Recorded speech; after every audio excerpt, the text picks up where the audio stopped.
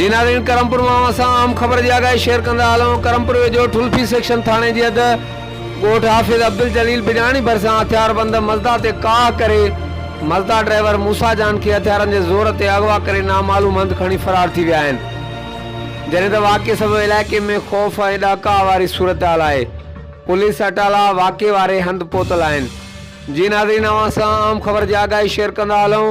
करमपुर वेझो ठुल्फी सेक्शन थाणे जी हद ॻोठ हाफ़िज़ अब्दुल जलील बिजाणी भरिसां हथियारबंद मज़दा ते काह करे मज़दा ड्राइवर मूसा जान खे हथियारनि जे ज़ोर ते अगवा करे नामालूम हंधि खणी फरार थी विया आहिनि।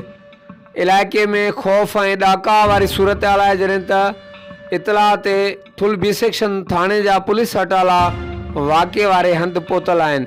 जी नाज़रीन, अव्हांखे आगाह कंदा हलूं। 3 ॾींहं पहिरियां नामालूम हथियारबंद साॻी जॻह तां हिंदू वापारी केवल दास खे अगवा करे खणी विया हुआ। साॻी जॻह ते अॼु साॻियो वाक़ियो पेश आयो आहे। हथियारबंद हथियारनि जे ज़ोर ते मज़दा ते काह करे मज़दा ड्राइवर मूसा जान खे अगवा करे नामालूम हंधि खणी फरार थी विया आहिनि। जॾहिं त इतलाह ते ठुल्फी सेक्शन जा पुलिस अटाला वाक़े वारे हंधि पहुतल आहिनि। जॾहिं त इलाइक़े खे पुलिस पारां कड़ो चाढ़ियो वियो आहे ऐं सर्च ऑपरेशन जारी आहे।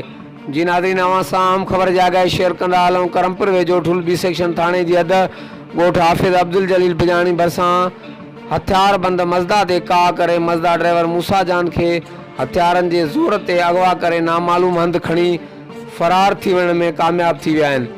जॾहिं त वाक़े सबबि इलाइक़े में ख़ौफ़ ऐं ॾाका वारी सूरत हाल आहे।